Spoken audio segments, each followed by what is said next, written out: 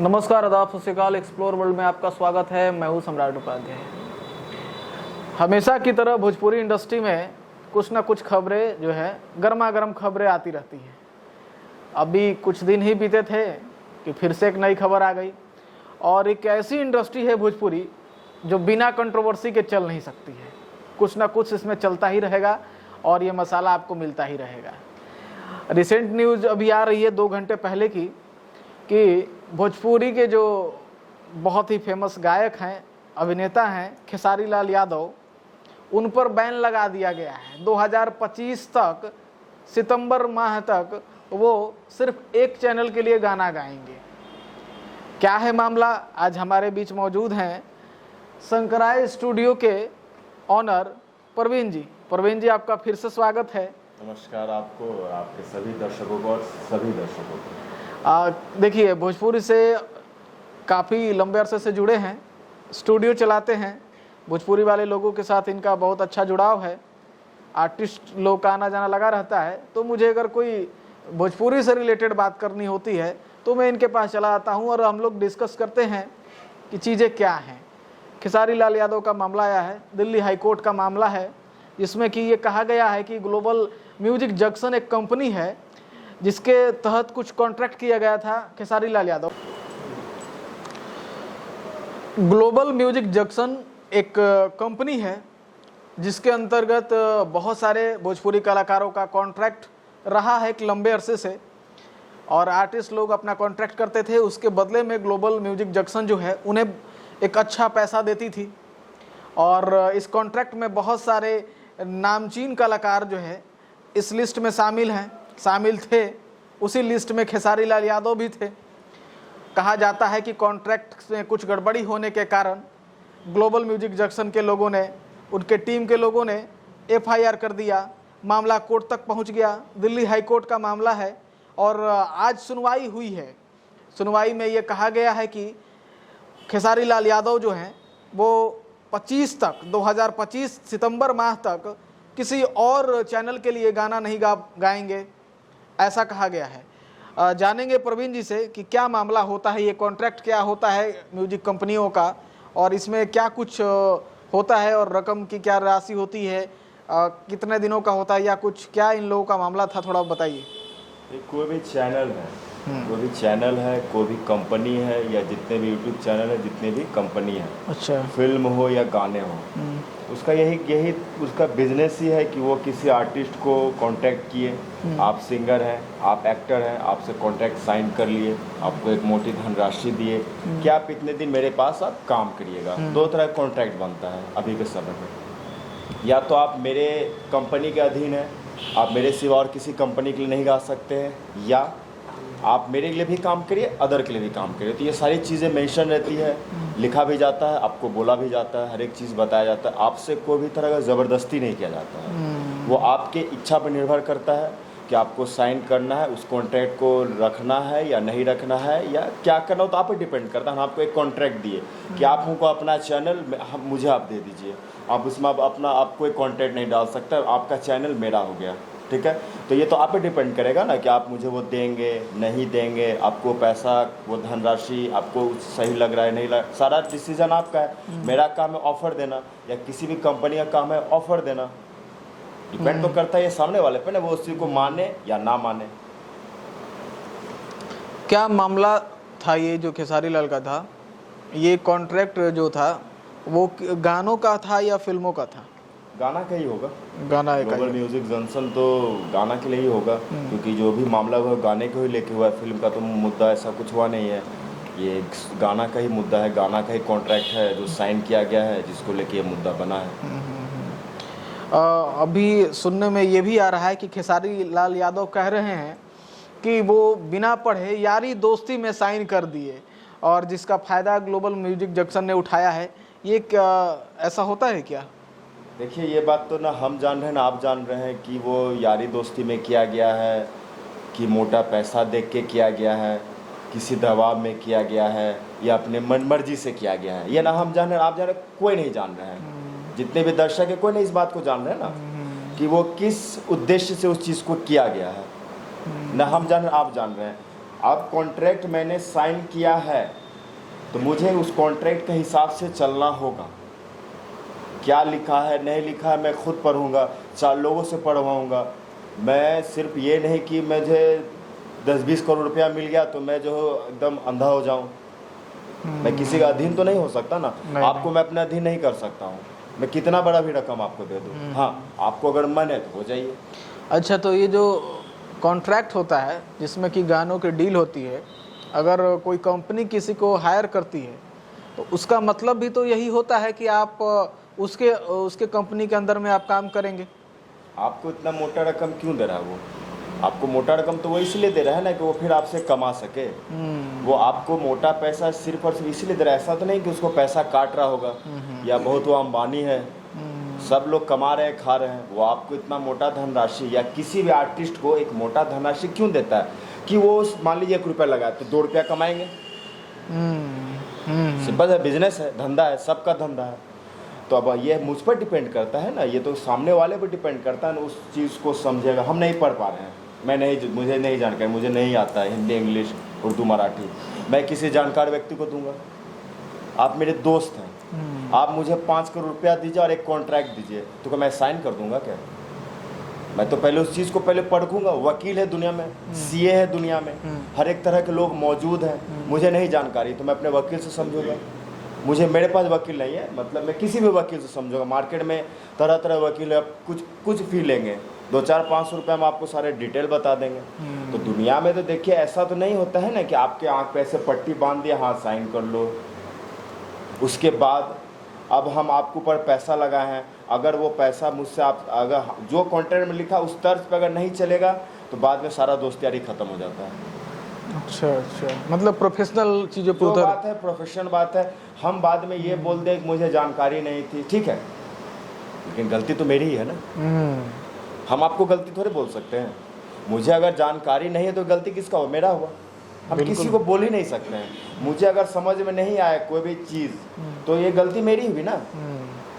तो हम किसी पे गलती थोप नहीं सकते, ये मेरा मिस्टेक है। हाँ, अब यहाँ पे क्या हो सकता है? यहाँ पे ये हो सकता है, अब जैसे दोस्ती यारी वाली बात आती है, यानी कि सामने वाला आपका मित्र है, मित्र से बात किया जाए। कोई भी किसी का गला तो नहीं दबा रहा है ना, बात कर सकते हैं। सभी चीज़ों का हल तो बात से ही होता है, प्यार से ही होता है, लड़ाई झगड़ा से तो होता नहीं है। सही बात इसको है। बात करके सॉल्व किया जा सकता है कि क्या लगा नहीं लगा, तुम्हें भी नुकसान ना हो, मुझे भी नुकसान ना हो।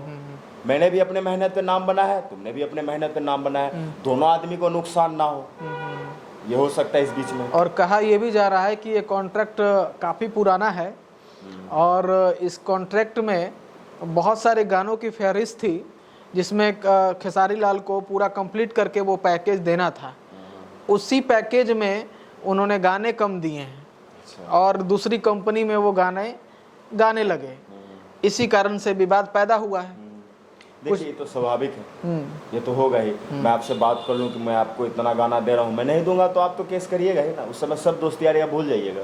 जैसे बात रोटी दाल पे आता है, सब दोस्ती यारी घर में, काम पहले बाकी दोस्ती यारी घर में। हाँ, ये कुछ लोगों की अच्छाई होती है, वो दोस्ती यारी में पड़ जाते हैं, उस समय नहीं सोचते हैं। लेकिन दुनिया तो भाई ऐसा ही है, अपना काम बनता भाड़ में जा जनता, दुनिया ऐसा ही है। तो हमें फूक फूक के कदम रखना होगा। हम बहुत मेहनत से बने हैं, एक मतलब कि एक गरीबी से उठ के यहाँ तक पहुँचे हैं, कुछ नहीं था, जीरो बैकग्राउंड से यहाँ तक पहुँचे। तो भाई अब मुझे तो भाई फूक फूक के कदम रखना होगा ना। मेरे पीछे 100 लोग लगे हुए हैं, उसमें अच्छा भी है खराब भी है, चयन तो मुझे करना होगा ना।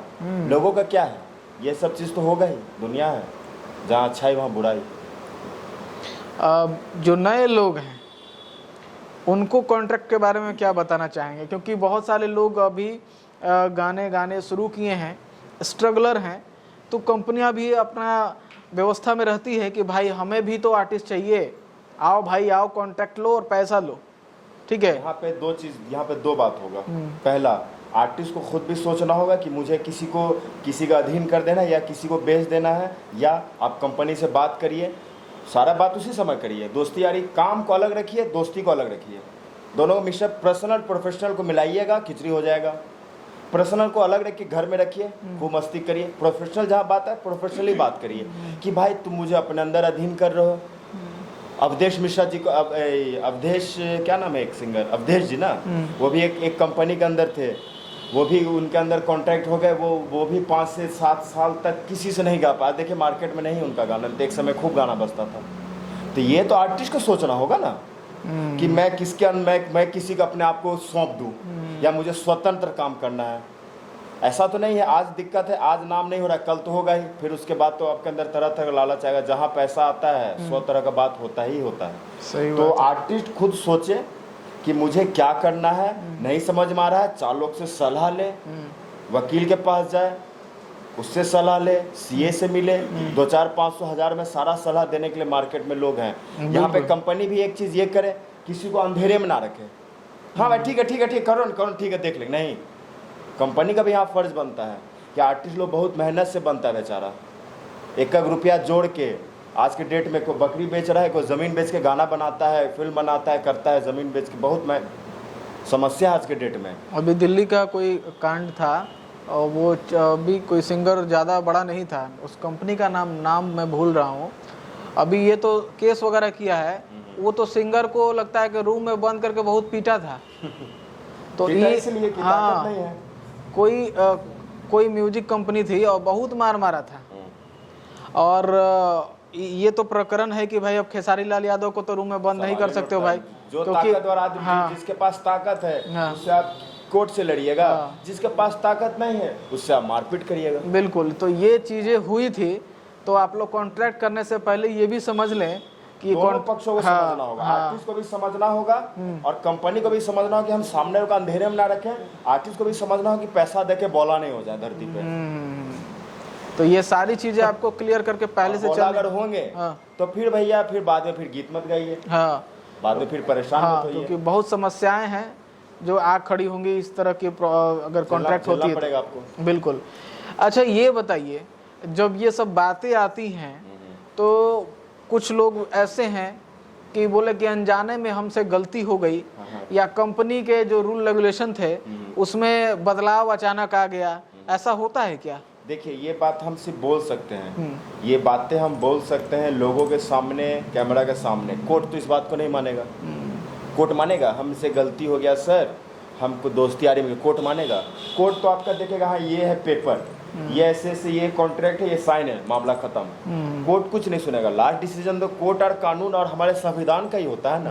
हम तो सब लोग संविधान के अनुसार चलते हैं। ये देश किसके अनुसार चला? हमारे संविधान के अनुसार। हमारा संविधान, हमारा कानून ये थोड़ी देखेगा अच्छा आपको नहीं आ रहा है जान, अच्छा पढ़े लिखे नहीं है, ठीक है जाइए घर, माफ़ कर दीजिए। तो नहीं होने जा रहा है। तो ये सब सिर्फ बात है। हम कैमरा के सामने, लोगों के सामने, 4 लोगों के सामने बात बोल सकते हैं, मुझे जानकारी नहीं थी, मुझे नहीं आ रहा था, लेकिन कोर्ट नहीं मानेगा। कोर्ट तो ऑन पेपर चलेगा ना। आप कोर्ट ये भी नहीं पूछेगा कि आपका दोस्त था वो अच्छा ये कर दी, कुछ नहीं सुनेगा वो। लास्ट में तब इसी तरह हम लोग परेशान होंगे, आर्टिस्ट परेशान होंगे, रोएंगे, रह जाएंगे, फिर दुखी रहेंगे। तो ये था पूरा मामला। और जो लोग कॉन्ट्रैक्ट करने की चाहत रखते हैं तो पहले से सोच समझ लें, अदरवाइज आप पूरी प्रक्रिया को जान लें। और कहा ये भी जा रहा है कि खेसारी लाल जो है अब सुप्रीम कोर्ट का दरवाज़ा खटखटाने वाले हैं इस मामले के लिए। अभी देखिए आगे क्या अपडेट आती है, अपडेट हम लेकर आपके लिए लेकर आते रहेंगे। क्योंकि वो भी अब देखिए वो इतने बड़े स्टार हैं, इतने मेहनत से बने हैं, अब उनको इस चीज़ का रियलाइजेशन तो हो ही रहा है ना कि अब, क्योंकि सभी कंपनी को उनका गाना चाहिए, सभी कंपनी से उनके गाने से उनका रोजी रोटी चल रहा है, जो फैक्ट बात है। खेसारी जी हो गए, पवन जी हो गए, रितेश जी हो गए, नीलकमल जी हो गए, जितने भी बड़े सिंगर हमारे भोजपुरी इंडस्ट्री के, उनसे तो बहुत सारे लोगों का रोजी रोटी चल रहा है ना। आज हम सिर्फ एक के अधीन हो गए, बाकी लोगों तो नुकसान में चलेगा ना। तो हर चीज़ों को सोचते हुए करना होगा कि मेरा, क्योंकि एक व्यक्ति से कितने लोगों का रोजी रोटी चल रहा है। कंपनी है, बहुत सारा कंपनी के अंदर कैमरा डिपार्टमेंट, ये डिपार्टमेंट, वो डिपार्टमेंट, इतने सारे लोगों का रोजी रोटी सिर्फ एक व्यक्ति से चल रहा है। अब बिल्कुल, अब भोजपुरी इंडस्ट्री को लोग जो कम समझते हैं उनको मैं बता देना चाहता हूं कि भोजपुरी इंडस्ट्री में एक छोटा सा म्यूजिक चैनल जो है, उसके जो आर्टिस्ट हैं उनके पास बड़ी बड़ी गाड़ियां आपको देखने को मिलेंगी, लग्जरी चीज़ें, घर तो इतने बड़े बड़े फार्म हाउस बनने रहे हैं, बॉलीवुड वाला भी सोच में पड़ जाए। हाँ, कि आपका माथा चकरा जाएगा। तो ये आप भ्रम में ना रहें कि भोजपुरी इंडस्ट्री जो है छोटी है या अविवादित है। अपने सभी अपने बुद्धि का प्रयोग करके करें कि हमारे इंडस्ट्री को आगे बढ़ाना है। पैसा तो देखिए कमा ही लेते हैं ना। अगर कोई चीज़ ग्रो हो रहा है तो पैसा तो ऑटोमेटिक आता है। अभी देखिए अब भोजपुरी इंडस्ट्री के मुद्दे को लेकर, म्यूजिक वीडियो के विवादों को लेकर, बहुत सारे विवाद को लेकर कितने आपको ब्लॉगर देखने को मिल जाएंगे। यूट्यूबर का घर परिवार चल रहा है और बहुत अच्छे अच्छे पायदान पर आपको मिलेंगे, जितने की जो नौकरी करने वाले लोग हैं वो आपको उनके सामने बौने प्रतीत नजर आएंगे।